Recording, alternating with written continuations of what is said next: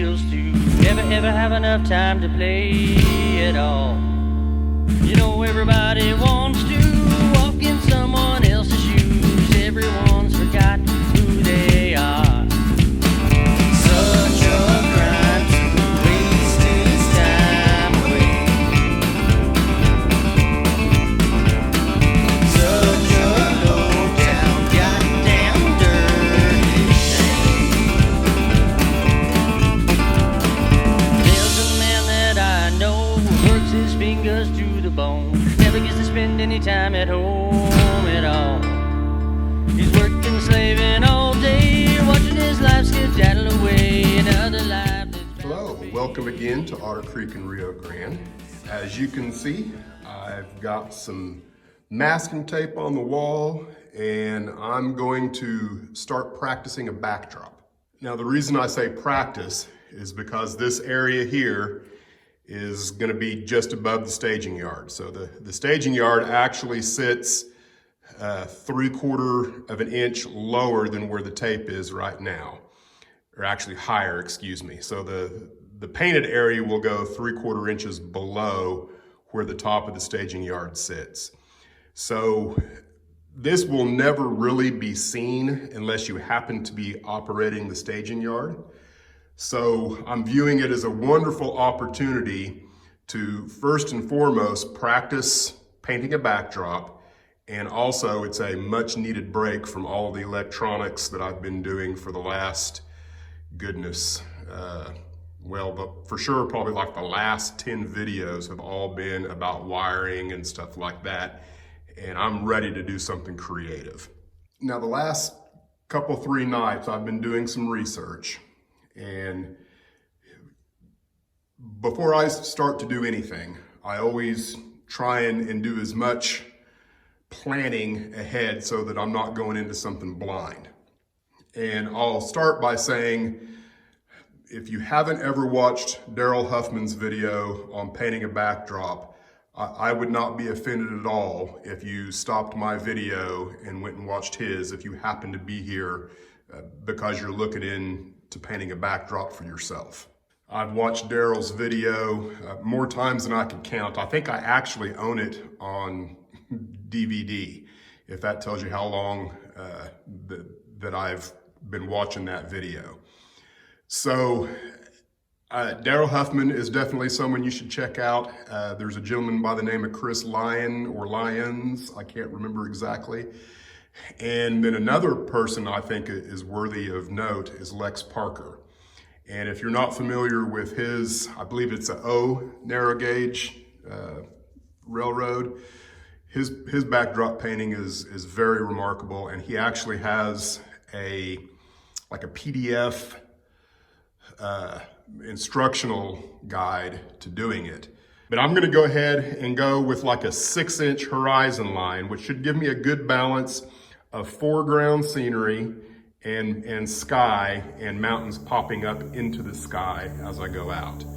So I'm gonna get started first and foremost painting the blue sky.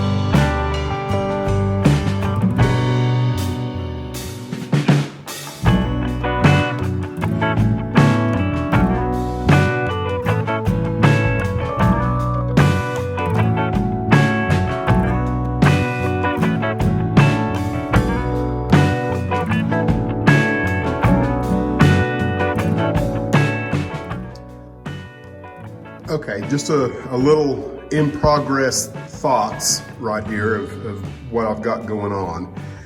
So in here, I feel like I've done a pretty good job of blending the three different colors. You can see there's not really a hard line anywhere that the eye picks up. And then over here, unfortunately, you can see all through here, down to right in this area, there's a really hard line. And it's also higher up, I think, in the scene than what I want. And then I really don't like that.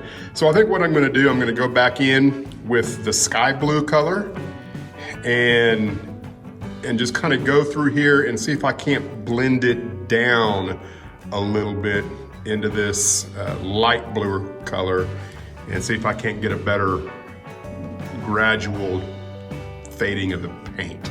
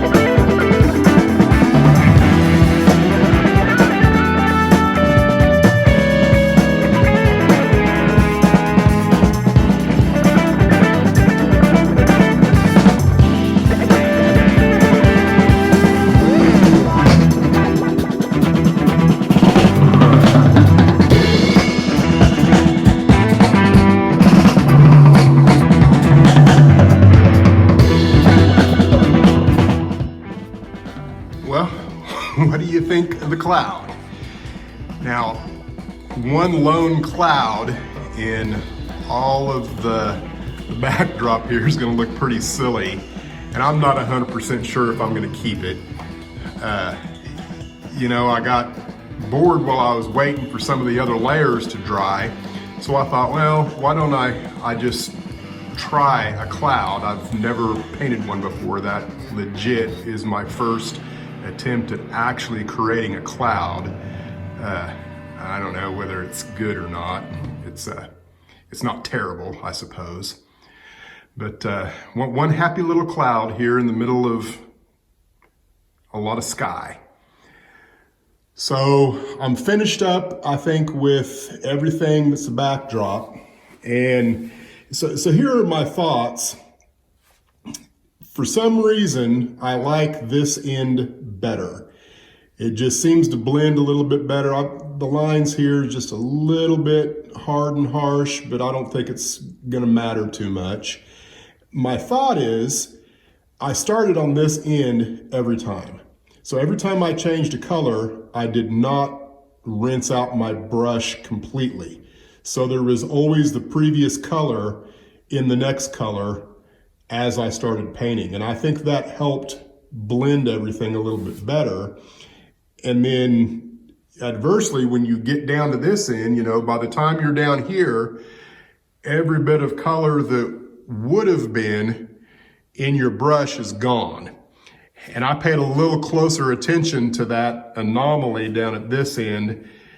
And I probably just tried harder to make it look more like there were clouds there, or I don't know, skyline, whatever you call that, the wispy atmospheric haze, you know. It's not really distinct clouds, just the atmosphere.